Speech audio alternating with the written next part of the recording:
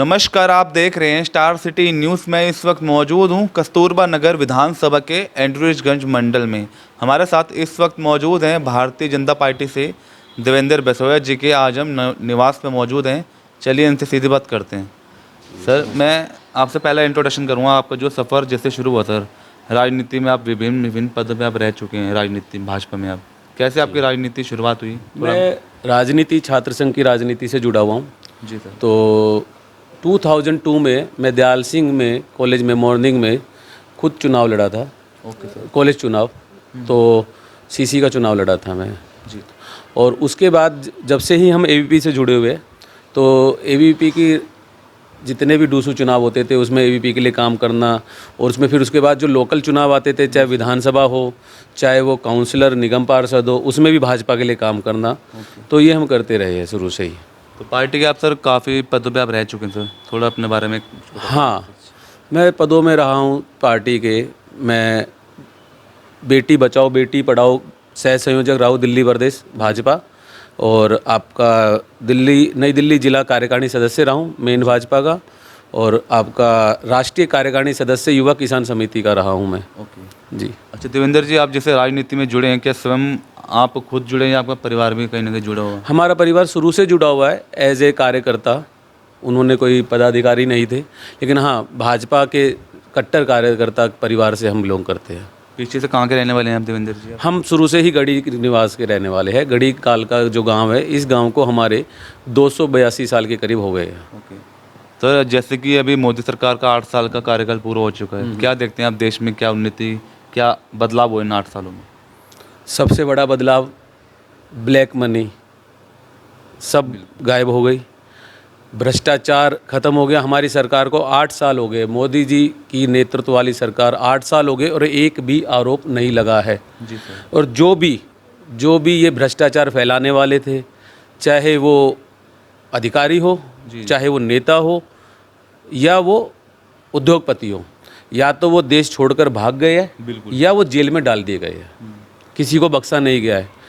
गरीबों के लिए हमारी पार्टी काम कर रही है। मोदी जी के नेतृत्व में, अमित शाह जी के नेतृत्व में, जेपी नड्डा जी के नेतृत्व में दिन रात काम कर रही है। 9 करोड़ घरों को उज्जवल योजना से मोदी जी ने आगे बढ़ाया है, और अब उन 9 करोड़ उज्जवल योजना वालों को सब्सिडी में भी छूट दी है। बिल्कुल बिल्कुल। और और आज की महंगाई के दौर में इतना बुरा वक्त कोरोना काल आया, दुनिया के सारे देश पीछे हो गए और भारत 130 करोड़ आबादी वाला देश उसमें सफ़र कर पाया, तो मोदी जी की वजह से कर पाया। हमारे ही देश में वैक्सीन नहीं है, बाहर भी वैक्सीन हमने भेजी है, दूसरे देशों की हमने मदद की है, चाहे वो खाने पीने के सामान से हो, चाहे वो वैक्सीन के सामान से हो, चाहे कुछ भी हो। और आज हमारा देश विश्व में मोदी जी के नाम से जाना जाता है। शक्तिशाली देशों में हमारा देश आता है। यूक्रेन और रूस की लड़ाई चल रही है तो वो भी हमसे कांटेक्ट कर रहे हैं, पहले हमें पूछा भी नहीं जाता था। तो और सड़कों का देखिए, अभी आप सबसे पहली बात, अभी कल ही गिनीज बुक में हमारा नाम आया है। जी बिल्कुल। 5 दिन के अंदर 75 किलोमीटर सड़क बनाकर हमने कतर का रिकॉर्ड तोड़ दिया है। नितिन गडकरी ने और उनके नीचे काम करने वालों ने दिन रात एक करके 5 दिनों में 75 किलोमीटर सड़क बनाना, ये बहुत छोटा काम नहीं है, बहुत बड़ा काम है। पहले ये रिकॉर्ड कतर के नाम था, आज ये रिकॉर्ड गिनीज बुक में इंडिया के नाम है। ओके देवेंद्र जी, अब जैसे कि भारतीय जनता पार्टी ने दिल्ली में एक पोल खोल अभियान की भी एक मुहिम चला रखी है केजरीवाल सरकार की नीतियों को लेकर, क्या इसमें भी आपकी कोई भागीदारी अपने वार्ड में? हाँ जी, बिल्कुल भागीदारी, और हमारी अपने वार्ड में नहीं है, हमारी पूरी दिल्ली में भागीदारी है। क्योंकि केजरीवाल सरकार सिर्फ हमारे वार्ड में थोड़ी है, वो तो पूरी दिल्ली में है। आपकी भागीदारी सर? हमारी भागीदारी पूरी दिल्ली में। हम जहाँ पर भी प्रदर्शन होता है वहाँ जाते हैं, जितने लोगों को हम समझा सकते हैं, बता सकते हैं।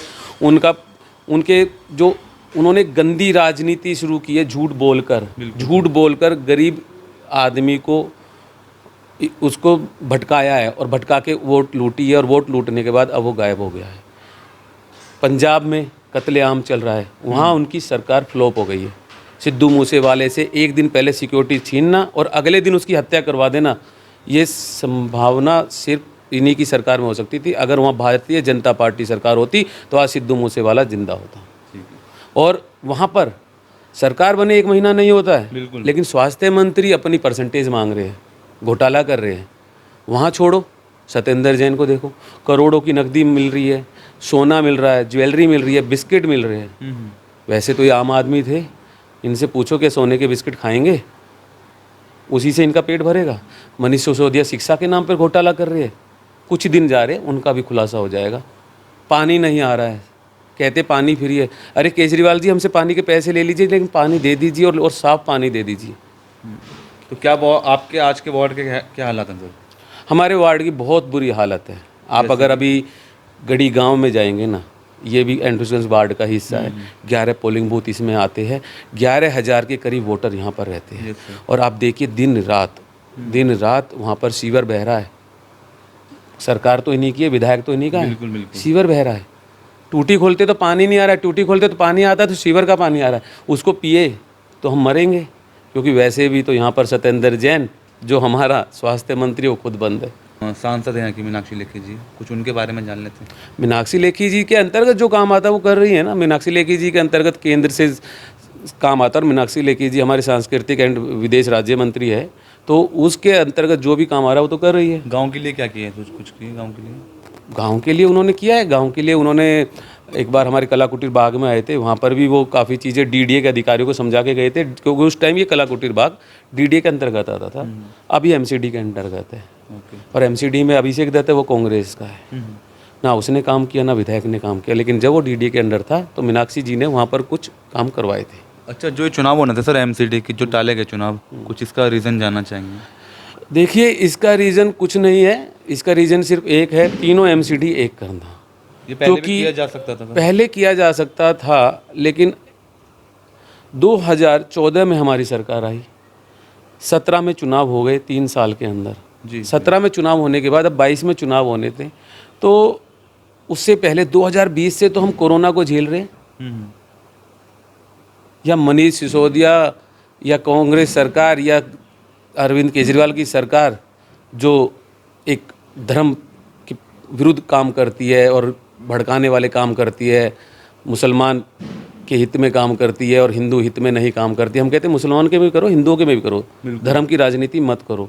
उनको भड़काना, वहाँ अमनतुल्लाह खान अपना रोड जाम कर देता है, लोग बेचारे 8 घंटे की नौकरी करके जो 10,000, 15,000, 20,000 कमा रहे थे, लेकिन उनकी नौकरी हो गई थी 14 घंटे की। 2 घंटे उन्हें सुबह ट्रैफिक में फंसना था, 2 घंटे शाम को, और 2 घंटे नॉर्मल उनका टाइम था ही जाने का, तो 2 घंटे 4 घंटे एक्स्ट्रा लगे। इनका तो यही काम है, सिर्फ पथराव करवा देना, दंगे करवा देना। लेकिन इनकी सारी की सारी राजनीति यहाँ आके फेल हो जाती है, क्योंकि ये केंद्र शासित राज्य है। यहाँ पर अमित शाह जी और मोदी जी बैठे हुए हैं, जो इनकी हरकतें नहीं होने देंगे। देवेंद्र जी, आपका किस प्रकार का लोगों में जुड़ाव है? काफ़ी यहाँ पे परेशानियाँ होती हैं क्षेत्र में, तो लोगों से आपका कोई जुड़ाव है क्षेत्र में, कोई समस्या को लेकर? बिल्कुल, मेरा क्षेत्र ही मेरा घर है। मैं क्षेत्र को क्षेत्र ही नहीं मानता, मैं तो इसको अपना घर मानता हूँ।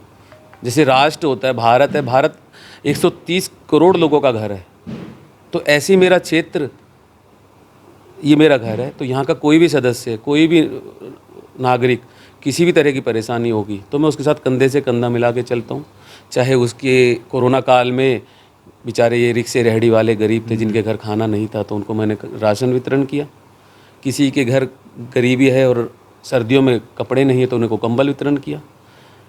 किसी को समस्या स्वास्थ्य की लेके है, तो उसका इलाज करवाने हेतु एम्स जो हमारे अंडर आता है, भारत सरकार के अंडर, या सफदरजंग, वहाँ पर उनका एडमिशन कराना, जल्दी से जल्दी उनको शिफ्ट कराना। तो जो भी आप ये मदद करते हैं, स्वयं करते हैं या पूरी टीम आपकी मिलके? नहीं, हमारी टीम करती है, सारी मिलके।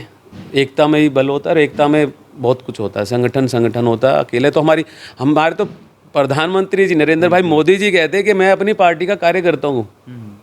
वो तो अपने आप को प्रधानमंत्री नहीं मानते, जब भी तो हमारे कार्यकर्ताओं में एक अलग उत्साह और एक जोश रहता है। उस जोश के कारण ही हमारी पार्टी विश्व की सबसे बड़ी पार्टी है। बहुत धन्यवाद सर आपको। धन्यवाद। तो यह हमारी सीधी बात देवेंद्र बैसोया जी से, स्टार सिटी के साथ मैं जितेंद्र गुप्ता।